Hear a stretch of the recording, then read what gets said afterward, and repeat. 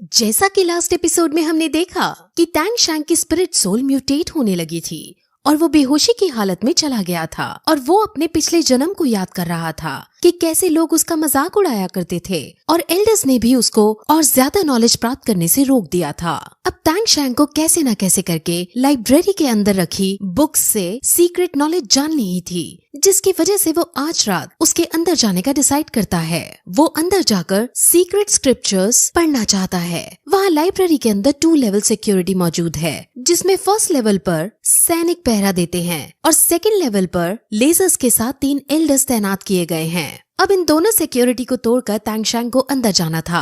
अब टैंग शैंग अपने hidden weapon से चाहता तो बाहर पहरा देने वाले सैनिकों को मार सकता था, लेकिन वो अपने इस टैंग सेक्ट से बेहद प्यार करता था और उसके ऊपर टैंग सेक्ट के कई एहसान थे। इसलिए वो छुपते छुपाते लाइब्रेरी के अंदर जाता है और फर्स्ट लेवल ऑफ सिक्योरिटी पार कर लेता है।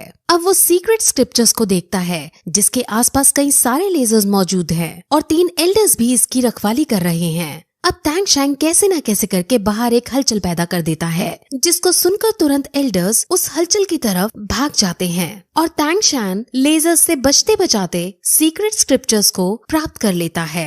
अब जैसे ही वो सीक्रेट स्क्रिप्चर्स को खोलता है, वैसे ही वहाँ टैंग सेक्ट का एम्परर आ जाता है और उसको बताता है कि दुनिया वालों के लिए यहाँ लेवल 2 की सिक्योरिटी ही है, लेकिन किसी को नहीं पता कि असल में इसके अंदर लेवल 3 की भी सिक्योरिटी है। लेवल 3 की सिक्योरिटी में मैं खुद यहाँ की रखवाली करता हूँ।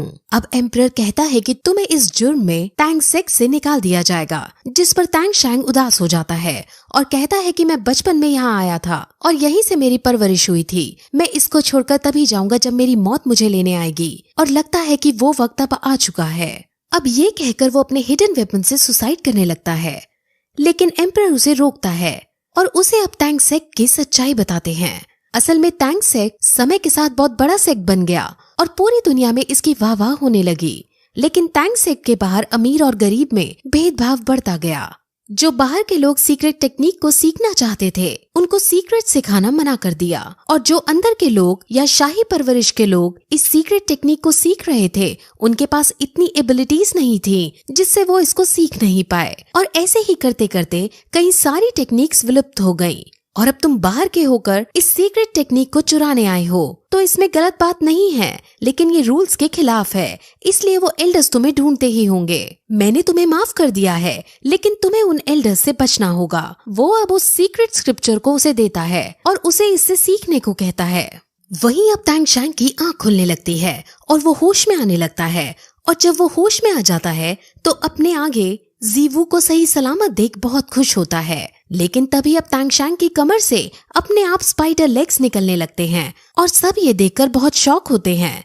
अब मिस्टर ज़ाओ उसे इसे कंट्रोल करने को कहते हैं, जिस पर टैंग शैंग फिर से मेडिटेट करता है और बड़ी मुश्किल के बाद स्पाइडर लेग्स को कंट्रोल करने में केपेबल हो जाता है। अब वो बातें कर रहे होते हैं कि तभी वहाँ बहुत सारी मकड़ियाँ आ जाती हैं। ये सब छोटी छोटी मकड़ियाँ थी और ये सब उसी के बच्चे थे जिसको टैंग शैंग ने अभी मारा था।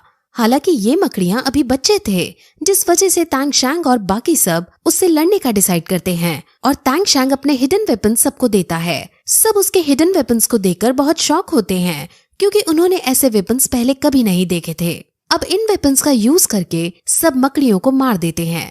निंग रोंग रोंग को यह हिडन वेपन बहुत पसंद आया होता है, जिस वजह से वो उसे टैंग शैंग से खरीदना चाहती है, जिस पर टैंग शैंग कहता है कि मैं कुछ समय बाद ये तुम्हें फ्री में दे दूंगा। अब फिर वो सबको एक एक हिडन वेपन देने को कहता है और फिर सब अब वापस स्कूल जाने लगते हैं। अब ऑस्कर के फ्लाइंग सॉसेज का यूज करके सब वापस आ जाते हैं। मिस्टर ज़ाओ दीन को सब बताते हैं कि अभी तक क्या क्या हुआ और फिर वहाँ ग्रैंड मास्टर भी आता है। अब वो लोग जाइंट एप के बारे में बात करते हैं, जिसमें मिस्टर ज़ाओ उससे उस जानवर के बारे में पूछता है जिसकी आवाज सुनकर जाइंट एप ने जीवू को छोड़ दिया था। अब ग्रैंड मास्टर बताता है कि वो जानवर एज्यूर बुल पाइथन है और वो जाइंट एप से भी ज्यादा शक्तिशाली है। जाइंट एप अगर जंगल का राजा है तो बुल पाइथन जंगल का एम्परर है। वो उसे फिर एक बात भी बताता है कि एक बार एक बहुत ताकतवर soul land master giant ape का शिकार करने जंगल में जा रहा था। उसे अपनी एबिलिटीज पर पूरा यकीन था कि वो जाइंट एप को मार देगा। जाइंट एप एक लेक के अंदर पानी पी रहा था और वो जाइंट एप को देखकर उसे युद्ध के लिए ललकारता है, लेकिन तभी वहाँ लेक के अंदर से उसे एक बहुत भयानक आवाज आती है और वो आवाज एज्यूर बुल पाइथन की थी। बुल पाइथन इंसानों की आवाज भी बोल सकता है और वो उस वॉरियर को वहाँ से जाने को कहता है और वो वॉरियर फिर बिना कुछ सोचे अपनी जान बचाने के लिए वहाँ से भाग जाता है। वो असल में बुल पाइथन की ताकत के बारे में उन्हें समझा रहा था। अब फिर वो ऑस्कर के बारे में बात करते हैं कि वो बहुत टैलेंटेड बंदा है। असल में श्रेक स्कूल के अंदर सभी बहुत टैलेंटेड है और अब इसीलिए उनकी आगे की ट्रेनिंग के लिए ग्रैंड मास्टर खुद उनको सिखाने का डिसाइड करता है। अब वो ग्राउंड में सभी बच्चों को बुलाकर उनको ग्रैंड मास्टर से इंट्रोड्यूस कराता है और अब ग्रैंड मास्टर आज से उन सभी के टीचर बन जाते हैं। अब वो बातें कर ही रहे होते हैं कि तभी अचानक तांगशैंग की मकड़ी वाले लेग्स अनकंट्रोलेबल हो जाते हैं और उसके लेग्स इधर उधर वार करने लगते हैं। इस बीच एक डंक मोटू को भी लग जाता है जिससे वो वहीं बेहोश होकर गिर जाता है। अब ग्रैंड मास्टर तुरंत तांगशैंग के पास जाते हैं और उसे गहरी सांस लेने को कहते हैं और कहते हैं कि तुम ये इमेजिन करो कि ये लेग्स तुम्हारी बोन्स हैं और फिर तुम अब इनको अपनी बॉडी के अंदर वापस लो, जिस पर अब तांगशैंग ऐसा ही करता है और फिर वो अपनी लेग्स पर काबू पा लेता है। अब वो तुरंत मोटू को ऑस्कर के कमरे में लेटाता है और ग्रैंड मास्टर और तांगशैंग वहाँ जाते हैं। ग्रैंड मास्टर तांगशैंग से इसके पॉइजन को वापस लेने को कहता है। तांगशैंग बहुत डरता है क्योंकि इस बीच मोटू की जान जाने का भी डर था, लेकिन अगर उसने पॉइजन वापस नहीं लिया तो भी मोटू जान से मरने वाला था। इसलिए वो ग्रैंड मास्टर की बात मानते हुए मोटू के शरीर से पॉइजन निकालने लगता है और कुछ देर में मोटू ठीक हो जाता है। अब तांगशैंग बाहर आता है और सबको अपनी कंडीशन बताता है कि शायद मैं अभी स्पिरिट रिंग को संभाल नहीं पा रहा हूँ। अब जीवू और तांगशैंग भी आपस में स्पिरिट रिंग के बारे में बातें करते हैं। अब तांगशैंग ग्रैंड मास्टर से मिलने जाता है, जहाँ ग्रैंड मास्टर उसे उसकी लापरवाही के लिए डांटता है क्योंकि उसने बिना कुछ सोचे समझे बहुत हजारों साल पुरानी मकड़ी को मार दिया था और उसके स्पिरिट रिंग को हासिल करा था। तांगशैंग उनसे सॉरी कहता है और कहता है कि वो आगे से ऐसा कुछ नहीं करेगा, जिस पर अब ग्रैंड मास्टर उसकी नई स्पिरिट रिंग के पार्ट्स दिखाने को कहते हैं, जिस पर तांगशैंग उन्हें अपनी ब्लू सिल्वर प्लांट दिखाता है। उसकी ब्लू सिल्वर प्लांट की रिंग बढ़ गई थी और वो ज्यादा स्ट्रॉन्ग हो गई थी।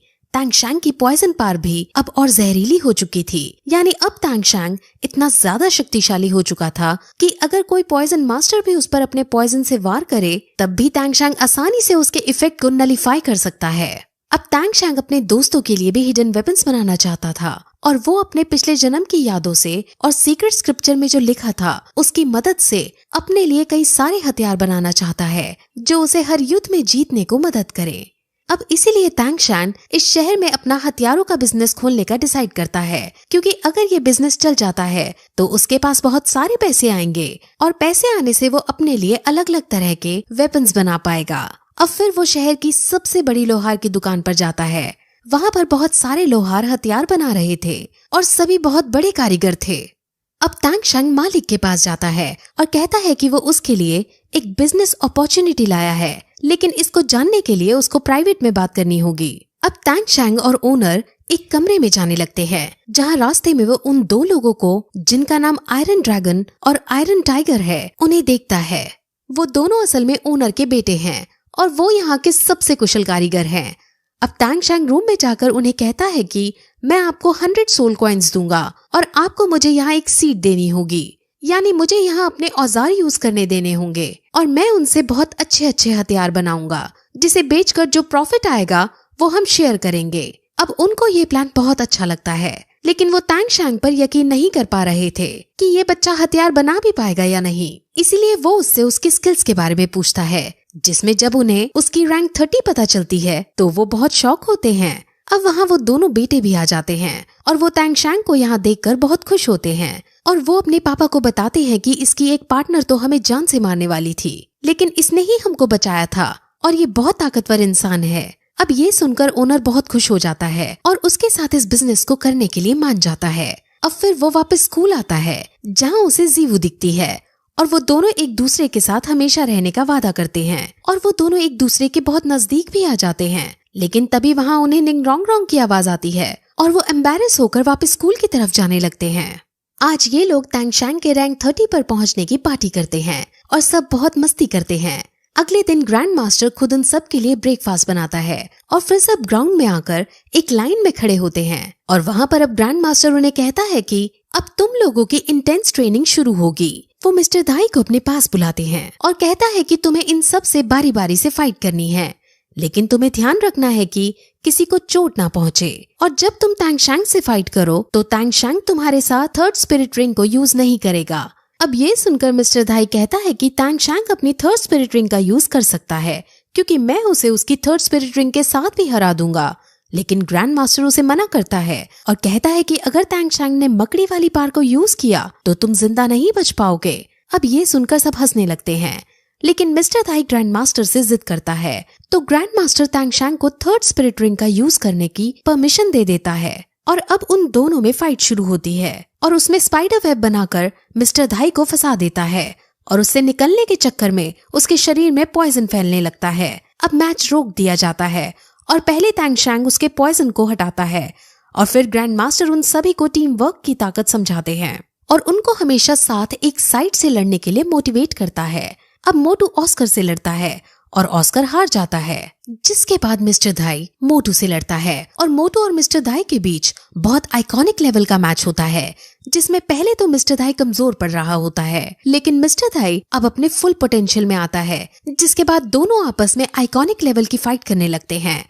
अब उनकी फाइट को देखकर ग्रैंड मास्टर जीवू से अपनी थर्ड स्पिरिट रिंग को दिखाने को कहता है, जिस पर जीवू और तैंगशैंग अब आपस में लड़ाई करते हैं। तैंगशैंग उसे स्पाइडर वेब में फंसाने की कोशिश करता है, लेकिन जीवू बहुत फास्ट है और उसके पास बहुत स्ट्रेंथ भी है, जिस वजह से वो उससे बचती हुई तैंगशैंग पर अटैक करती है और जोर से पकड़ लेती है, जिस वजह से जब तैंगशैंग फिर से स्पाइडर वेब का यूज करता है तो वो दोनों ही अब स्पाइडर वेब में फंस जाते हैं और उनके बीच फिर से बहुत रोमांटिक एंगल बन जाता है। वहीं मिस्टर धाई और मोटू में से कोई हार जीत नहीं रहा होता, इसलिए उनके मैच को रुकवा दिया जाता है। अब वो उन सबकी फाइटिंग में कमियां निकालते हैं और उनकी कमियों को उनको बताकर आगे से और ज्यादा ध्यान रखने को कहते हैं। और अब जीवू की बारी आती है और अब जीवू की कोई कमी ग्रैंड मास्टर को नजर नहीं आती, जिससे सब बहुत ज्यादा शॉक होते हैं। अब वो जीवू को थर्ड स्पिरिट रिंग के बारे में बताते हैं कि इसकी थर्ड स्पिरिट रिंग की वजह से इसके पास हजारों साल पुरानी लाइटनिंग स्पीड के रैबिट की ताकत आ गई है और इस टेक्निक का यूज करके ये अपने आप को हवा में टेलीपोर्ट भी कर सकती है। अब क्योंकि सभी ने कोई ना कोई गलती की थी, इसलिए सबको पनिशमेंट दी जाती है और उन्हें पत्थरों से भरा बैग उठाकर चक्कर लगाने थे। जिसने गलती नहीं की थी वो भी चक्कर लगाते हैं, क्योंकि वो अपने दोस्तों को पनिशमेंट खाते नहीं देख सकते थे। और फिर यही इस तरह ये एपिसोड खत्म हो जाता है।